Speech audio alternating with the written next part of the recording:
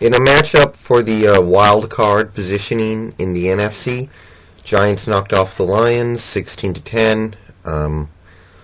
Eli's coming along nicely. I've been impressed with him this year. I really didn't think he was going to be able to get it done, but he's played pretty well.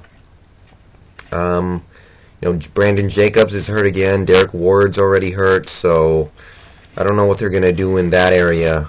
But, they're kind of passing the ball a little more now. They're spreading out. They're getting Sonorise Moss the ball.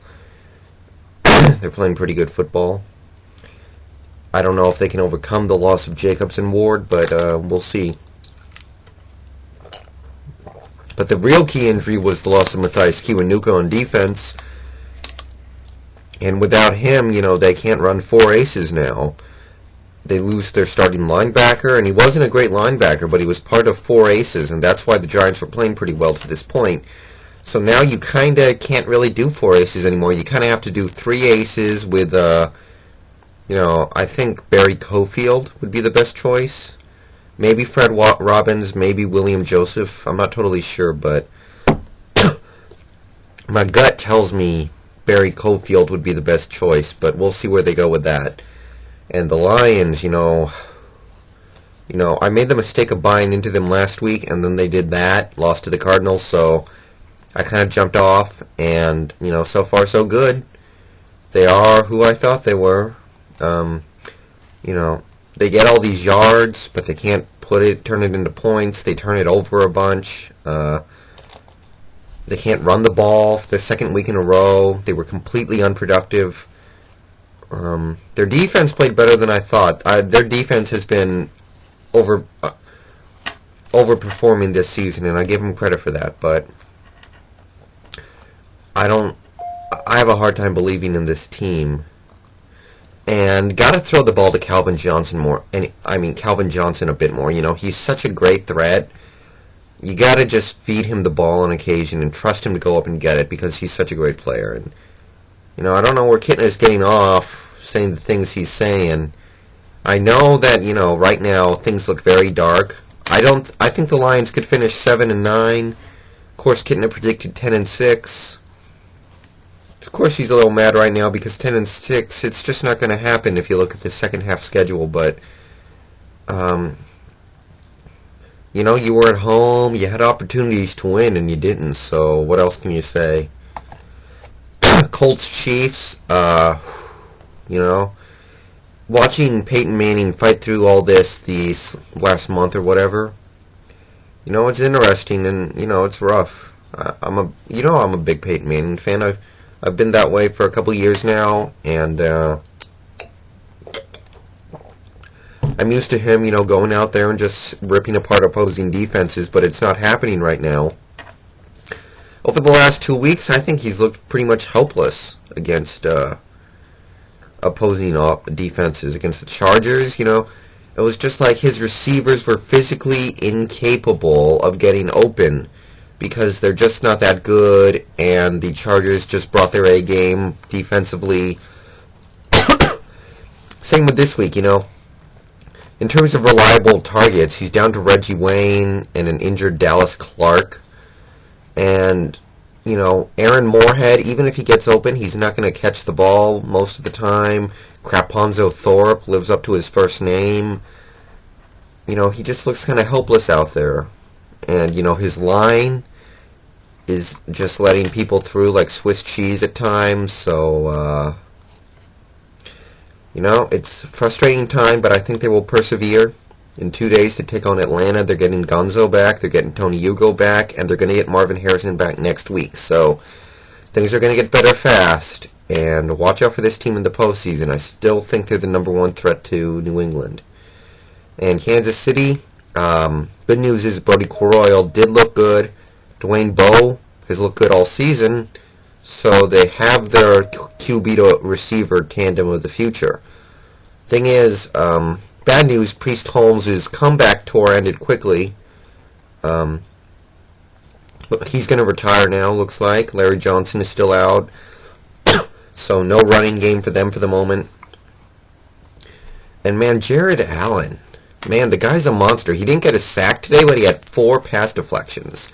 guys got to check this guy out. He's missed 2 games, and he's tied with Mike Vrabel for the lead in sacks. He's having a monster season. He could win Defensive Player of the Year, even on a poor team like Kansas City.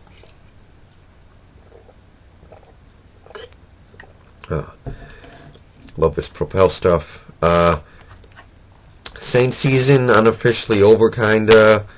I don't know what happened to their offense. They just, did the complete 180. They're so bipolar this year. It's tough for me to predict games that they're involved in. Turnovers, no running game. Bush forgot how to run in between the tackles again. And, it comes back to Jason David. Who gave up the touchdown to Andre Johnson? That was him. And, that set the tone for the game and was a pretty important play. The defense as a whole just isn't getting it done. And, it's very weird watching this team even to underachieve offensively. And it really takes you back to the drafting of Robert Meacham, who hasn't done a thing for New Orleans yet. And you wonder, they really could have used a defensive player. I don't know, maybe you trade up a little bit for Aaron Ross. That would have been real nice. And as for Houston, Schaub came back from injury, had a great day. Andre Johnson's back, he had a great day. So we know what the keys to this offense are. If they have Andre Johnson, they can make a lot of noise. They are 3-0 with Andre Johnson this year. So good for them. Mario Williams outplayed Reggie Bush in the head-to-head matchup. Good for him. He's had a solid season, a little under the radar. So there you go. Sometimes you can't make these judgments too early. Cleveland over Baltimore. I got to watch the end of this game, and I'll tell you something funny. The stupidest thing, CBS was showing this one game, and then after that was decided, they went to another game. I think Vikings and Raiders. Yeah, they went from the Green Bay Carolina game to the Vikings-Raiders game, and then that game was over. And they wanted to go to Cleveland and Baltimore, but they couldn't because they didn't have the contract for it, or something stupid. So the guys in the booth, Marino and Cower and all those guys, were relaying play-by-play to us. And they were showing replays of each play right after they happened, and it was just the stupidest thing ever. Oh, man. But anyway, I'm wondering if this Cleveland team can make the playoffs right now. They have a very easy schedule, but this defense really looks poor right now. I know obviously the Baltimore defense scored a touchdown, Ray Lewis. Probably my favorite or second favorite player in the league with Peyton Manning. He had that pick six, always exciting to see. He's having a great season for the most part. And really, when this game was 27-14 after Cleveland got that pick six, of course I thought it was over. This Baltimore offense is not good. And Cleveland, to allow Baltimore to rattle off, 16 unanswered points and, barely win in overtime, to me is unacceptable. I think that defense should be better than that.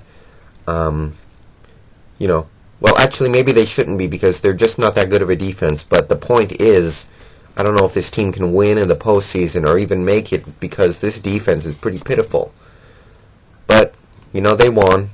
They're pretty much all alone in the hunt for the second place in the AFC North. They might get the wild card, maybe not. We'll see. They put up points. They continue to play really well offensively.